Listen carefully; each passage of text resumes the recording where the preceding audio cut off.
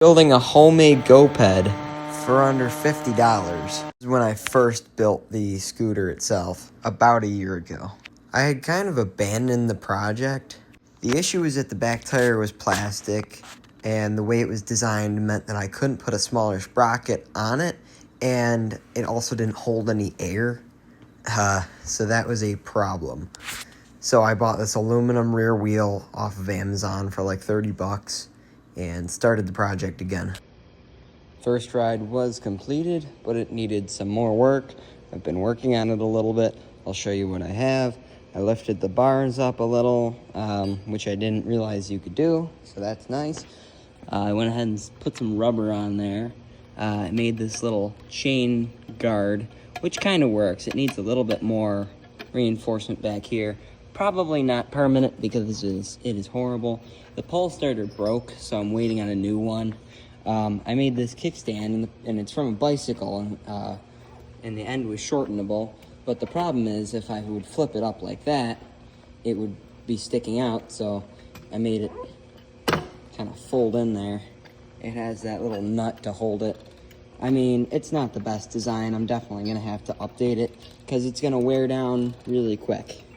More times I use it, but it is really nice to have. There's not much else done.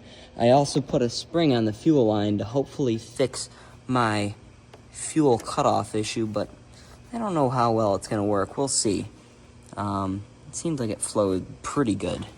I also have the old kickstand, so exhaust pipe has gotten some nice coloration, which doesn't come out as well on camera, but it looks very nice in person.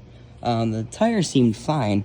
What I didn't like was the sprocket. All these bolts loosened up, and one actually fell out, which I didn't even notice when I was riding it. But I just got finished with another test ride. This one I want to call successful. What I didn't have in the last video, did I show the pole starter? I don't know if I did. Well, it works now.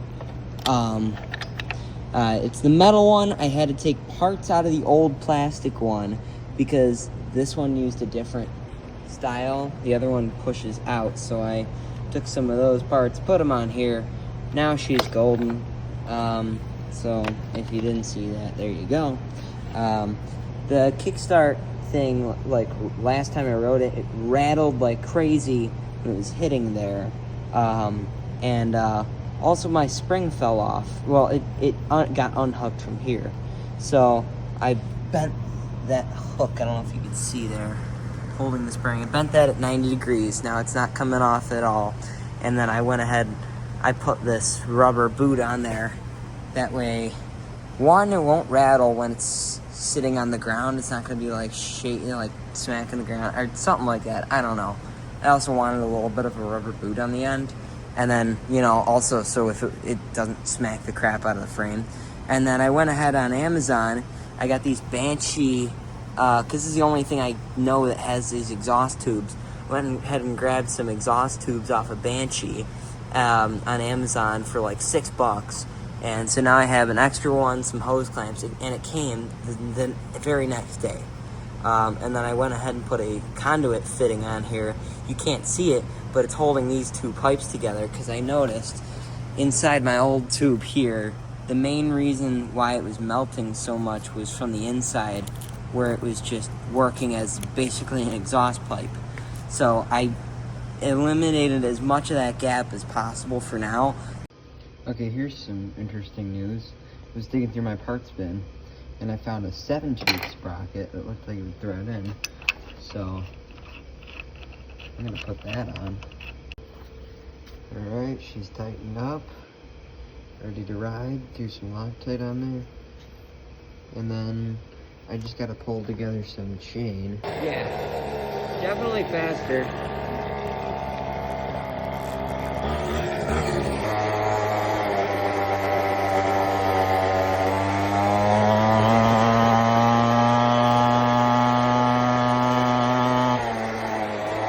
This was a good ride. My chain ended up popping, so I needed an upgrade.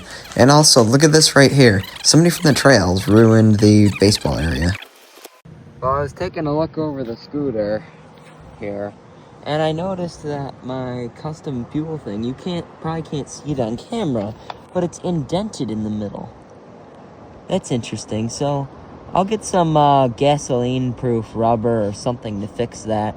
But here's our chain. That's the master link. Not too much further. That right there is a broken link. I wonder if there's more. So after looking at that chain, I figured the best way to get it off was probably just to ride it till it snapped. So I went on a ride, and it took about like a mile before the chain finally popped. I was so far away, I had to push it all the way back. But I was so surprised, because I was riding it hard trying to get this chain to pop. But I was really surprised. Extent. So now, we have this chain, which appears to be of higher quality. So I'm going to go ahead and get that to the right shape and size. Here's our new chain. In person, you can actually tell the difference in thickness.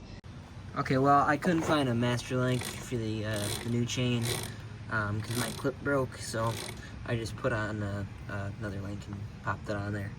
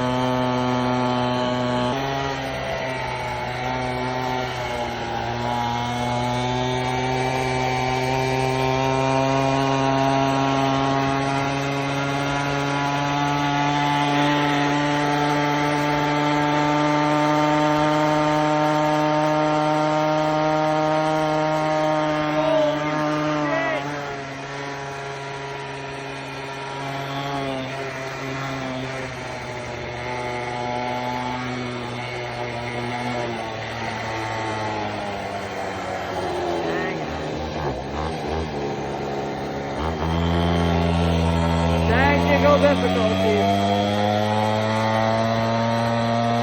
For some reason, it just runs perfectly there. I did it before.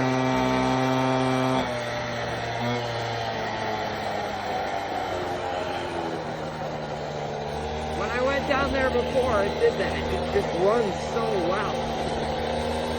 I wonder what the speed was. I think like 30. It felt like 30-ish.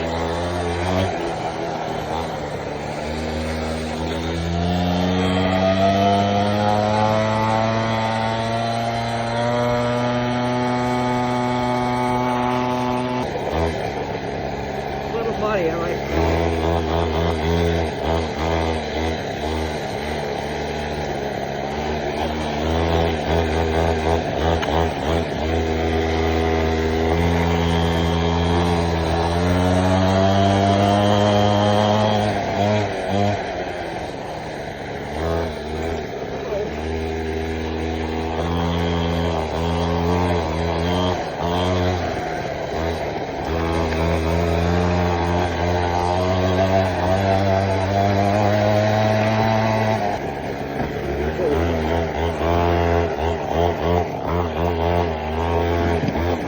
holy crap!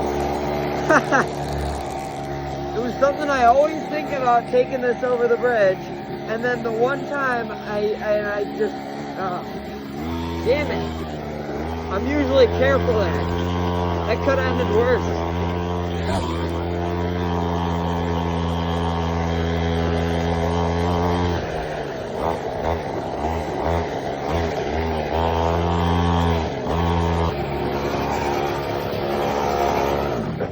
So, I don't know how many miles I did, But I did about like maybe 2/3, half a tank maybe.